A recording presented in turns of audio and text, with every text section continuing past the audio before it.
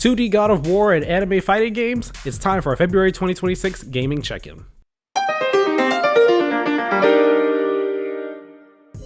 Hello there everybody, and welcome to The Comfy Spot. My name is Tyler, and today we are going to be doing something a bit different here on the channel than we normally do. Normally, we do my commentary videos when I'm talking about the news of the day, news of the week, or whatever. We do video reviews occasionally, we'll do impressions videos occasionally. But today, this is the start of a new series that I would like to be doing on the channel called Gaming Check-In. So, I play many games that I do not make content on here on the channel. I don't just only play the games that I review or the ones I make impressions videos about, but I never really talked about the games that I play outside of those here on the channel. The most you'll get is maybe like an offhanded mention of a game that I've played or I'm currently playing. If I'm talking about, any given news story and somehow it fits in and relates in one way or another, that's like the closest we get to me talking about other games that I am playing or have played. But I've never, done something like this where I've just talked about a game that I'm playing in a more casual format. It is something I've wanted to do for a while. I haven't actually just talked casually about games that I'm playing on YouTube ever since I did my podcast a couple years ago, the Play to Win podcast, where we talked about games that we were playing every week along with the week's news.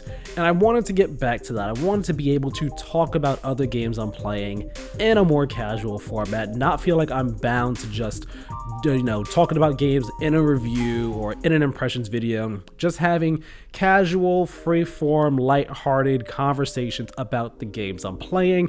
Again, going back to the whole ethos and thesis and core idea behind the Comfy Spot, that being that this is just a place to sit down, have fun, casual conversations about the games industry and the games that that I'm playing in it. So that's the idea behind this series. The idea is also that this will be a monthly series that will be released each new video at the last week of each month. So that is the idea. As long as I have time and as long as I have enough games that I have invested a good amount of time into each month, the idea is that we'll be getting a new installment in this gaming check-in series once a month at the end of the month. So I'm happy to do this. I'm looking forward to doing this. I've been excited about doing this for a while now. So without further ado, we're going to get into February 2026's gaming check-in. So this month there are 4 games that I've really been sinking my time into, and the first game that we're going to be talking about is a brand new release for February 2026, that being God of War Sons of Sparta. This is the 2D Metroidvania God of War game that was shadow dropped at the recent PlayStation State of Play, developed by Megacat Studios. This game I was really excited for after it was first officially formally announced, bought it immediately, $30 to buy it off the PlayStation Store, and I enjoyed my time with it. I did enjoy it, but I do feel like the game could have been better. For the most part, I feel like God of War Sons of Sparta is largely just it's an okay game. It's okay, it's fine. It never really rises above being just okay or fine though, in like just about every discipline and every aspect. Speaking about the story, first off, where is this taking place? What is this one all about? Well, this one follows a young Kratos and his brother Deimos as they are searching for a fellow Spartan named Vasilis. This is taking place pre-God of War trilogy, original God of War trilogy, pre the Greek trilogy, back when Kratos is in his youth. They don't put a hard age or like a hard number on Kratos' age in the game, but if I was to guess, I'd say he's probably around 14, 15 years old at most. Deimos, if I'm correct, is 11. If I'm correct, Kratos specifically says Deimos' age at one point in the story. So yeah, this is a story. It's about both of them searching for a fellow Spartan named Vasilis who has gone missing, and no one is really searching for him. So the brothers take it upon themselves to go searching for him. And on one hand, I do enjoy seeing Kratos at this completely different point in his life, before all the hatred, before all the loss, all the revenge, before just the straight up anger and hate that he was known for in the Greek trilogy, or the Greek saga, I should say. And I do also appreciate how small scale and like low stakes this story is in comparison to the rest of the series as a whole. It's definitely a breath of fresh air for sure. But at the same time, I do feel like this story, it really meanders for far too long and doesn't necessarily go anywhere really interesting. Like, this is a story where the destination is more important than the journey, but that journey itself is pretty uninteresting for the most part, and the destination is not very compelling. Because the way the story really breaks down is that, you know, you and Deimos, you go to an area looking for Vasilis, or you're looking for clues about his whereabouts, and you might find something, or you might not find anything, and then you go to another area, and then you just kind of wash, rinse, repeat. And then there are like a couple interludes where you end up going back to Sparta just for a little bit, and then you go back out to wherever your next destination is. You know, you go back to Sparta, talk to a few characters there, then you head back out. And that's really the story in a nutshell, like the cycle that it goes through. But there's not really any meaningful not much meaningful character development or plot development that happens, or plot progression that happens throughout the story, which causes it just to feel pretty much like, all right, well, we're going here now and we're doing this thing, and we're in the winery now. We're in the winery, and we're looking for clues here, but we're fighting all these creatures and stuff, and now we're going to this cave, and now we're going up this mountain and stuff, and it just feels a whole lot like, oh, we're going here, we found nothing. Oh man, Deimos is like, whoa, well, let's go to the next place, and Kratos is just like, like, I'm kind of tired of this, brother.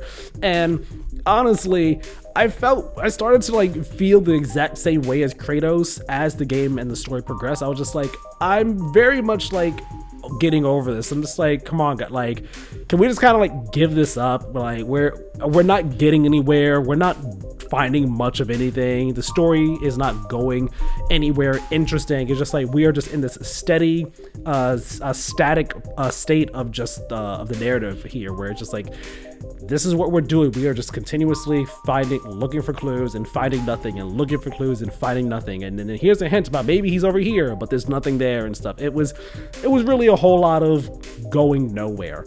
I did enjoy the banter between the brothers though. Again, that was pretty charming. Especially since, like I said, this is a side of Kratos we've not seen before. So, you know, it's fun seeing him joke or tease his brother Deimos. It's also interesting seeing how Kratos is someone who worships the gods and holds them in high regard. It is kind of like a bit fearful of the gods, which is, again, just a very sharp difference from how he is and when we see him in the rest of the series. So it was cool to see that. I will say that. Now, I'll say that my issues with the story would be a bit minimized if the game was not as long as it is. God of War Sons of Sparta took me 17 hours to complete, and that was mainly golden and pathing it, but I also did some like side stuff as well, like some side exploration. Like each new area on the map that I went to, I definitely explored as much as I could before continuing down the main path, even though I like kind of accidentally found myself along the main path sometimes. I did a fair bit of exploration, but there's still plenty of side stuff for me to do after 17 hours. But the thing is, it took 17 hours to finish the story, and for that 17 hours, the story just does not have much meat on the bones in terms of, again, interesting plot or character development. 17 hours is a long time for a lot of nothing to happen, to be quite frank. So I feel like if the story was a shorter 10-hour experience, and we still had the exact same story, it would be a much better experience. Things would be able to be paced better. It wouldn't feel like we're just, the things are being drawn out for the sake of it. It would just be a leaner, tighter experience, and that is always appreciated for sure. One thing I did like about the story here is that T.C. Carson, he appears. He is he was the original voice actor for Kratos in the Greek series. He is back here because the whole framing theme of this of the story here is that adult Kratos, is telling his daughter Calliope a story from his youth. So there are moments where you get interludes or like background dialogue between Kratos and Calliope, as she like interjects about like, "Hey dad, but I thought you said this," and then he'll just come back with her. It's cute. They're fun, and again, he does a great job of conveying the warmth and wisdom of Greek era Kratos that he was capable of, but that we never had a chance to see in the Greek era games. So that is really nice to see. I did enjoy the visuals. I know people might be a bit mixed on the visuals, but I did enjoy the pixel art style. It's not absolutely mind-blowing, but it does look pretty good in my opinion. Same goes for the music. I did enjoy the music here. The gameplay itself, like I was saying, similar to the story, it is fine. It is not bad, but it's also not great or, you know, anything like that. It is simply fine and competent. It does blend some elements of the Greek era and Norse era of the series, where you have the blood orbs and the health orbs and the magic orbs from the Greek era, but then like the upgrade system and the gear system and everything, and the way enemies are scaled, that is all carried over from the Norse era of the series. Your main weapon, or really your main weapon, it's a spear that you have, and then you get these other additional magical weapons throughout the game, like the slingshot, a sword, these flaming bombs from a branch of a tree, and like a boomerang sickle type thing. They're all cool, and they are used for combat and puzzle solving. They're all fine weapons and stuff. They do build on the combat. They do make combat more interesting as you unlock each one, and they also have like these other abilities that you could unlock for them if you get upgrades for each of the magical weapons. But I will say that I never really felt much of a need to use them, and quite honestly, I didn't even realize they were a thing until near the end of the game. I had gotten upgrades for each of the magical weapons, but I didn't realize like, oh wait, it actually unlocked like a new way for me to use it and stuff in fights. But I guess that was also partly because I didn't really feel a need, or like feel like the combat was pushing me to use them in these alternate ways. Really, combat was just a simple thing of mash the basic attacks, do your dodges where you need to, parry when necessary, which also gets into a thing where there's a large variety of enemies here. It's like 90 something enemies, and they're all cool and stuff. I think the enemy variety is great. The bosses are cool and stuff. But there is like this color-coded evasion, or this color-coded system for enemy attacks, where if an enemy is if they glow red, that's an unblockable attack, so you have to like dodge it or evade it. But if they glow yellow, you have to do a different thing. If they glow blue, you have to do a different thing. If they glow purple, you have to do a different thing. And quite honestly, it's a lot to keep track of. It is far too much to really memorize, because it's like some of them you have to do, some of them you can parry but not dodge, but some you could evade but not dodge or not parry. Some of them you can block but not do this. It's a bit too much, and I honestly feel like if it was kept simple to just like 2 different color-coded things, it'd be a much tighter, more meaningful system. It's not bad though, but it is a thing. And then you also have your upgrades and your skill trees and stuff, and you have your gear you could upgrade, which happens at campfires and everything.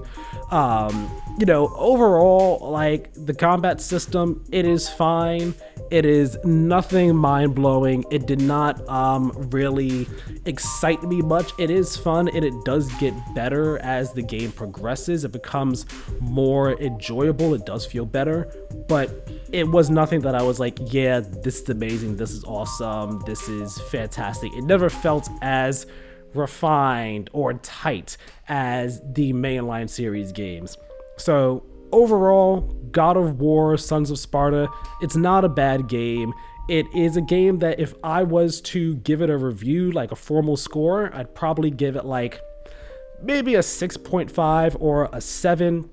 At most. I don't think I would go lower than a 6.5. Again, not a bad game, but it is, I feel like, a tad longer than it needs to be, or that it should be, both from a story standpoint and a gameplay standpoint, because the gameplay, while it does get better and improve and progress, it feels, fairly drawn out along that 17 hours. And I feel like, if it was just a tighter, leaner experience, everything about it would feel better, and the issues that I have with it, while they might still be there, they might not be as prevalent or as strong as they currently are in the game's current state.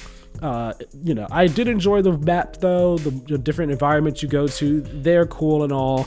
The game does look nice. It is a game that I feel like is worth your time. If you spend your $30, I don't think you will hate it. But I don't think it is a game that you need to play right away. If you wanted to wait for a sale on it, I don't think you'd be, doing yourself a disservice or anything. It's a fine time though. It's worth your time. I don't think you would hate the time you spend with it. So that's where I fall on. And I think the last thing I'll say is that honestly, playing Sons of Sparta reminded me a lot. It gave me the vibe of of older games from back in, like, let's say the PS3 360 generation, when you had like proper gaming handhelds, when you would get a game that was on that more powerful hardware, but then they would make like a spin-off for it for like the DS or something like that, and it's like, yeah, the story here is much lower stakes and it's like it ties into canon, but it could kind of not if you didn't want it to, and the gameplay is fine but whatever. And like it kind of gave me that vibe of, this is a spin-off that is just, it's low stakes, it is what it is, and it's cool for a weekend playthrough, but you probably won't think about it more than that one weekend playthrough that you spent with it. So those are my thoughts right there on God of War Sons of Sparta. Jumping to the second game here, that's going to be Metal Eden. This game, developed by Raycon Games, came out last year. And talking about games that, talking about the time, the length of a game, this one here was a short game, but it was a very fun game. Well, I mean, I say very fun. It was just a short yet fun game. Think Doom Eternal, but instead of demons, make it robots and androids, okay? Think of it like that. It's fast paced, it's exhilarating, it could be a lot of fun. It is fast paced and everything like Doom Eternal is, but it is also an easier game than Doom Eternal. And I'm not saying that is a bad thing at all by any stretch of the imagination. In fact, I was very fine with that, because at times Doom Eternal could get very intense and very stressful. So to have a game that was similar in vibe and style to Doom Eternal, but way less stressful and just white knuckle inducing was very much appreciated. The story here is very much just a vehicle for the gameplay, which you might expect from a game like this. That's very much the case with the new modern Doom series as well. You play as this android named Asuka that is tasked with saving millions of people whose minds are transferred into cores on this distant planet, and there was the intent of resurrecting them at some later point in time. And this planet is run by AI figures called engineers, and quite honestly, I did not really care much about the story here. It is a thing that exists in the background as just a framing device for the gameplay that you are engaging in. And you know what? For some games, that is fine. And I was totally fine with that here with Metal Eden. Scarlet Nexus, also shout out to that game. Awesome game. Go play it if you have not.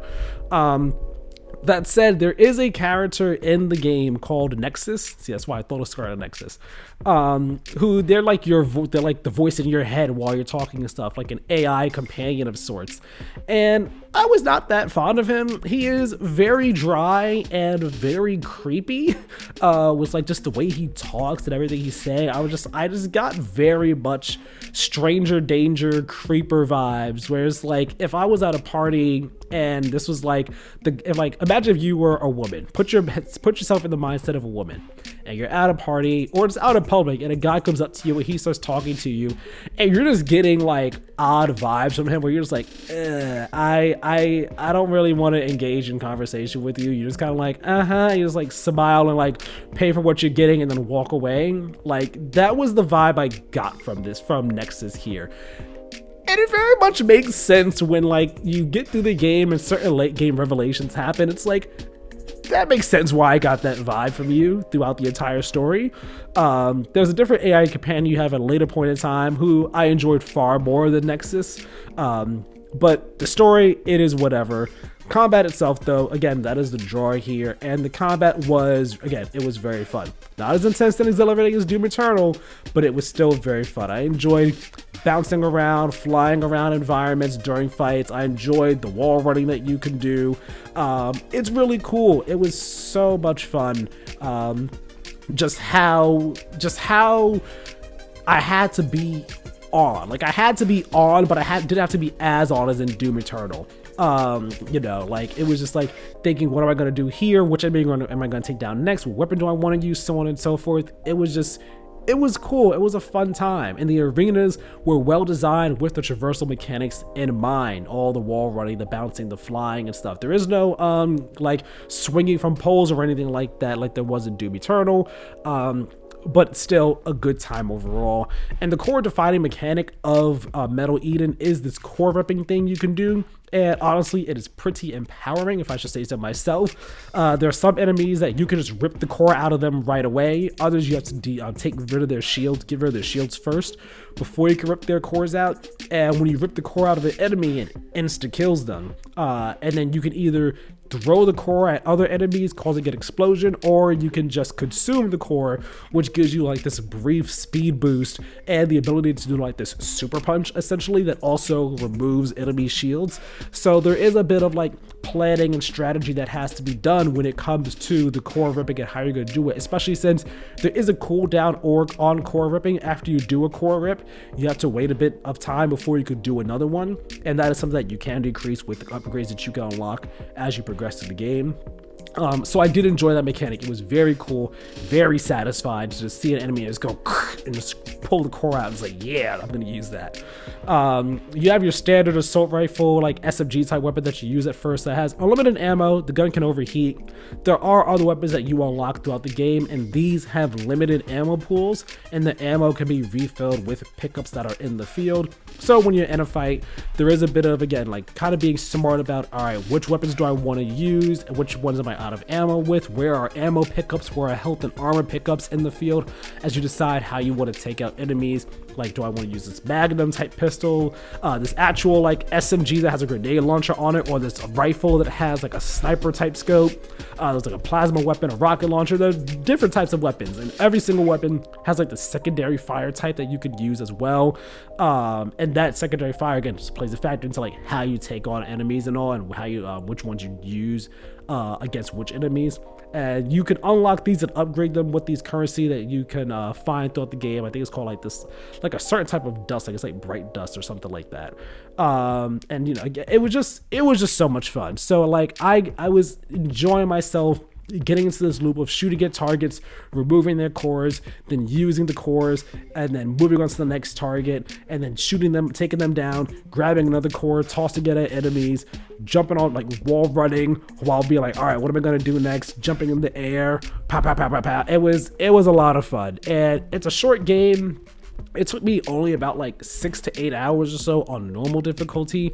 Unfortunately, the game only has a campaign. That's it. There's nothing more to it than that. So after you finish the game, the most you could really do is like new game plus runs to unlock all the weapon upgrades and maybe challenge yourself with like your own personal speed run challenge for it. Other than that, there really is not much to Metal Eden, which is a bit unfortunate. But for the experience that I had with it, I had a great time. I really enjoyed it. It was definitely a fun turn my brain off type of game and just casually get into some high stakes action that was not too high stakes for me. And overall, again, if I was to give it a review score, I would probably give it like a 7 or a 7.5. It's a fun time, definitely worth your time if you were to ever pick it up. I think it's worth full price, but if you want to wait for a sale, definitely worth sale price for whatever sale price you end up picking it up for. Game number 3 that I have been playing this month in February has been another new release for the month of February, that being My Hero Academia All's Justice. And I might have said on the channel before, I know I said for sure that this is one of my most anticipated games of the year. I believe I said on the channel before that my opinion of anime arena fighters is that I'm not the most excited by them because they are very much like just not that appealing. It's such an easy, cheap, like cash grabby way to make a game about an anime.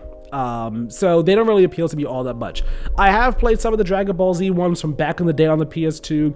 I wanted to play Naruto ones back in the day. I never did because I never had a chance to. I did enjoy Naruto Shippuden Ultimate Ninja Storm 4 last year when I played that. I just played the story mode in that, and that was fine. I just wanted some junk food because I came off Naruto Shippuden after finally doing a full watch through of it. Wanted to play the game, and it was cool. So My Hero Academia All's Justice, something about it was just appealing to me, aside from like My Hero being one of my top 4 anime that I've watched of all time. Something about it appealed to me, and I played it at New York Comic Con, and I really enjoyed it there. Played it twice there, almost ran it back 3 times, had such a great time with it. So I said, you know what, I want to get it, and I got it. And yeah, this is like my gaming junk food for the month, guys. Just utterly turn my brain off. I'm just enjoying the vibes, enjoying the experience of replaying or re-experiencing the anime, season 7 and 8 of the anime, or the final arc of the manga series, in the palm of my hands, and me actually engaging with it. And it's a lot of fun. Like I said, the story covers season 7 and 8, so the final war arc, and it uses like a mix of shots from the anime and pre-rendered cinematics and in-engine cinematics to tell the story. So if you have not caught up on the anime, maybe catch up on the anime first before you play it, because it will spoil basically the end of the series for you. And I would definitely say to watch the anime or read the series first, because I feel like the way that it has you progress through the story, while it is largely in like the order in which things happen in the show and the manga, there are parts where it's like the progression in which you do certain fights, it is a bit odd. Like, for example, I'll have to give like actual spoilers for the series in the section. So if you have not seen the series, if you've not finished it yet, maybe skip ahead to the next game if you want. But for example, there is the part where you are playing as where it's Kota and Shoji, and they have to go against Spinner, who he's doing the revolution and everything. And that fight, it happens fairly early on in the war in the grand scheme of things. But if I remember correctly, it could be a while, it could be wrong. It's been a while since I watched, but in the game, it happens like after, I think you do that fight after Bakugo dies, quote unquote dies, and it's like, this could have happened earlier, that way we have everything happening like sequentially instead of kind of going back and forth and stuff. Same with when Deku actually finally gets to UA to do the fight there against Shigaraki with the big 3 and Bakugo and Best Jeanist and Mirko and stuff. When he gets there and you do that fight, which is cool, but then right after you do that fight, it then has you do the fight from Shigaraki's perspective of like when he first got there. It's a bit weird the way they play it out. And even with the big 3, like they have you do the story following different characters' routes. So you're following Deku, Bakugo, Ochako, Todoroki, All Might, Endeavor, and Shigaraki. So those are like the main characters you play as in the story, or at least you follow their routes.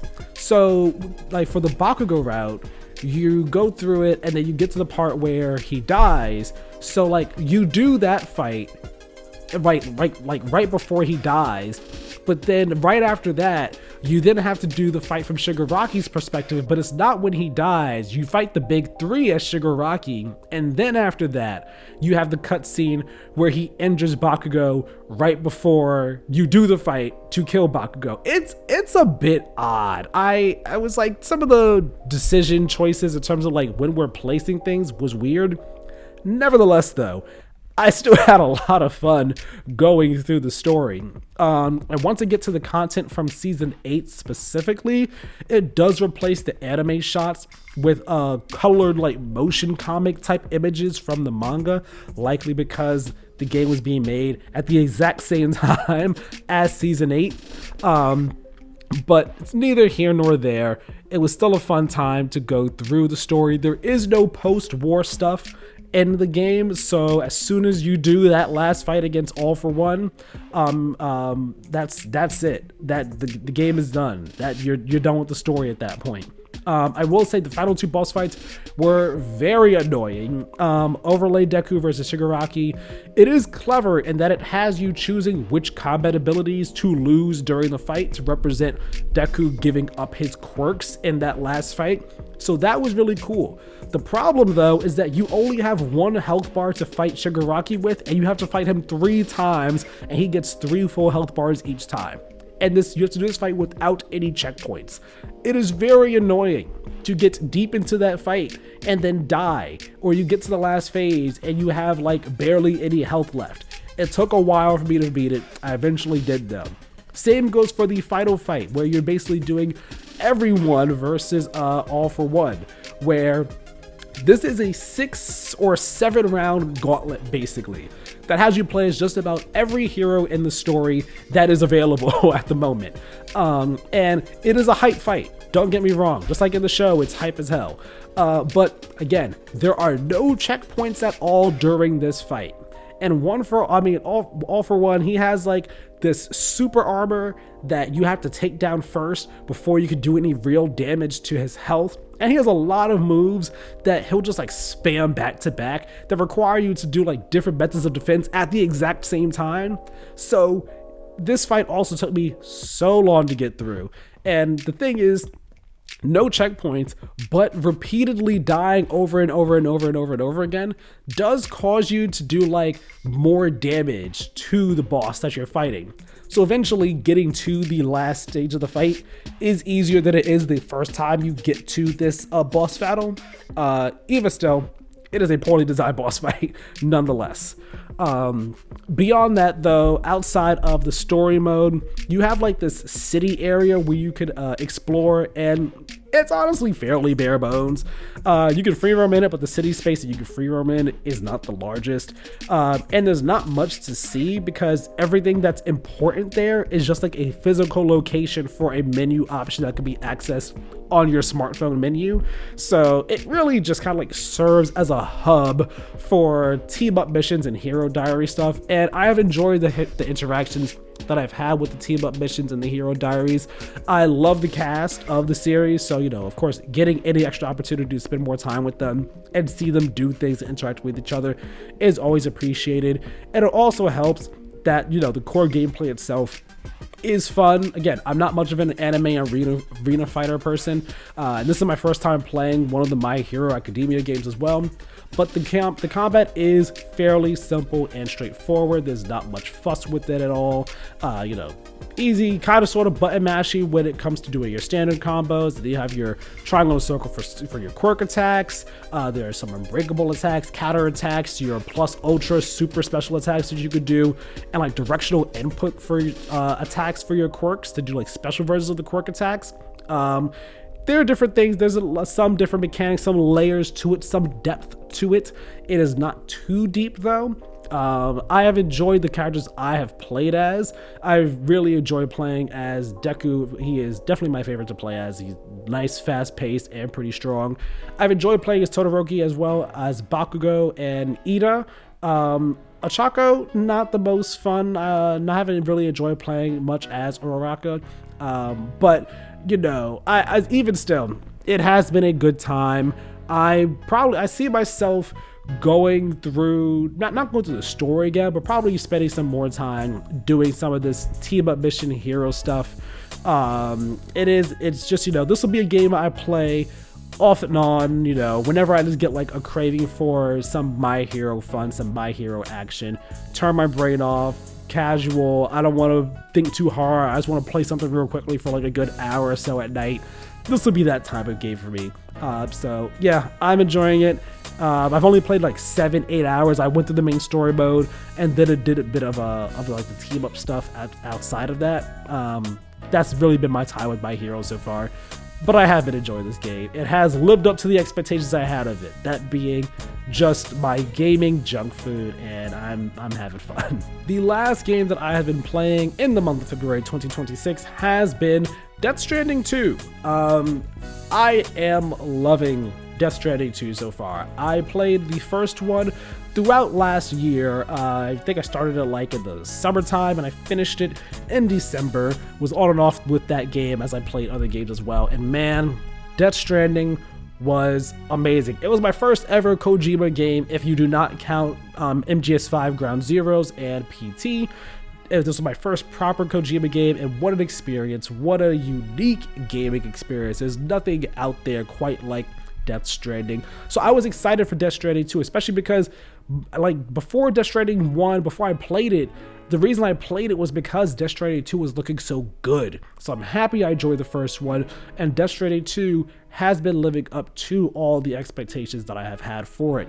I'm about 17 hours in. I am nearly done with chapter 3. I believe the last story thing I did was creating the first monorail that leads from, I forgot where the places are. It's been a few weeks since I played, but I made my first monorail.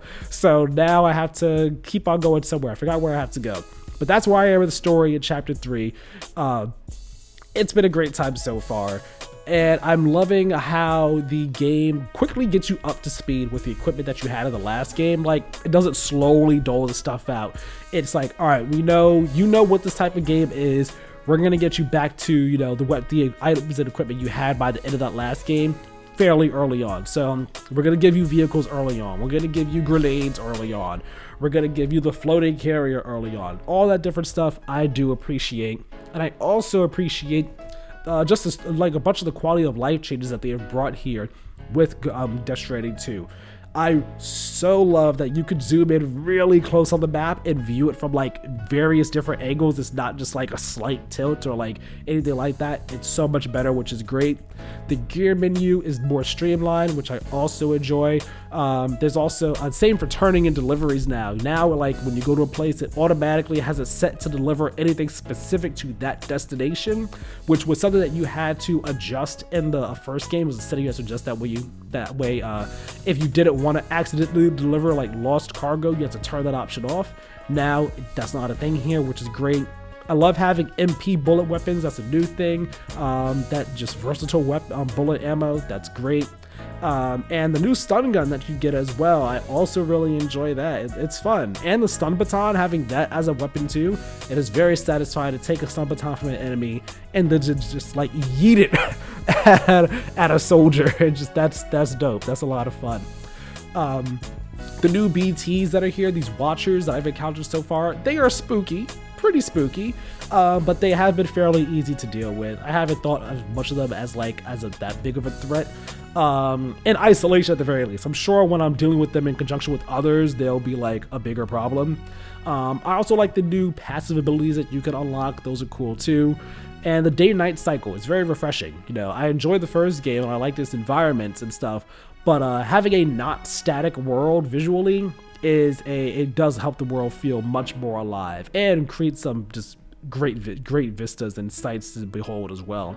The weather and environmental stuff here also dope. That sandstorm when you first go into Mexico, that was intimidating. And the flooding rivers, that's also been like a nice interesting obstacle to have to deal with. And that's the thing with Death Stranding. It's like the world itself and just like how you get around the world and engage with the world is like, that's the joy, that's the fun of it. And I've just been having so much fun being like, all right, how am I going to get from point A to point B to point C to point D? What am I going to bring with me and all? How do I want to do this? And I just love getting into that casual vibe, getting into that mindset, be like, all right, I'm about to go on this journey and just taking a casual stroll or taking a drive to where I gotta go and dropping my stuff off, picking some stuff up, going to the next place. It is very relaxing, very cathartic, very therapeutic. Death Stranding, that entire series. So Death Stranding 2 is just giving me more of that, and I love it so much. I will say boss fights, they are better from a mechanics standpoint. I'm still not the biggest fan of them from a gameplay standpoint, just because, you know, having to deal with the impaired movement of the tar while having those large creatures that you're fighting, having them attack you and everything, it's not the most fun experience. It wasn't the most fun in the first game, and it's still not that fun here. But, you know, it is what it is. I'm not like torn up about it. We'll see how it progresses as the game goes on. So, you know, yeah, that's where I am with it right now. I am eager to do more building structures, expanding the Cairo network. You know, I know I'm going to be making use of the mines and the monorails and stuff. I'm very excited for all that.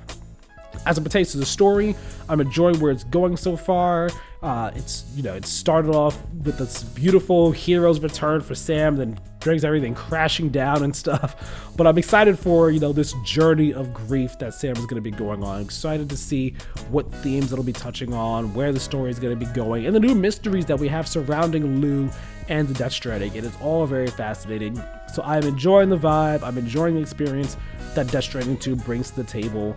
I'm definitely this is gonna be a game I'm gonna be playing most likely over the next couple months. I hope to finish it soon to free up space on my hard drive, on my SSD, but we will see what happens. And there you have it. Those are the games that I have been playing this past February. Let me know your thoughts on this. Not just the games themselves. Definitely let me know your thoughts on the games themselves. If you have played them, if you have not, if you are looking forward to playing any of them, if you were not interested in playing them, let me know down in the comment section below. But also let me know what you thought of this, this new series, this new style of video that I am looking to do. Let me know if there's anything you think that you would like me to try to do differently with it. If you like the way I'm doing it, let me know and down in the comment section below. Because like I said, this is something I've kind of wanted to do for a while, just to be able to talk about other games that I am playing, give my thoughts on them in a non-review, more casual format. And I think that this could be a fun thing to do. Just sitting down, having casual chats about games, really. Just about games. This video is a bit longer than I expected it to be, than I was initially thinking it was going to be. So that is one thing I might try and tighten up in the future. The thing is, I just don't want to shortchange myself by feeling like I'm restricting myself from giving my full, accurate thoughts the way I would like to. But I'll see, we'll see where things go. We'll see how this series evolves and everything. That is something I know I could work on. I do ramble a bit sometimes, but I try not to. I try to always have a point to everything I'm saying. All of that said though, thank you so very much for watching. If you have made it this far into the video, again, leave a like on this video if you enjoyed it. Leave a comment down below about any of the games I talked about in this video, and any thoughts that you want, feedback you want to give me about the series as well.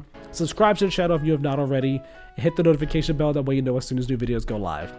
My name is Tyler, this is The Comfy Spot, and we'll talk next time. Have a good one.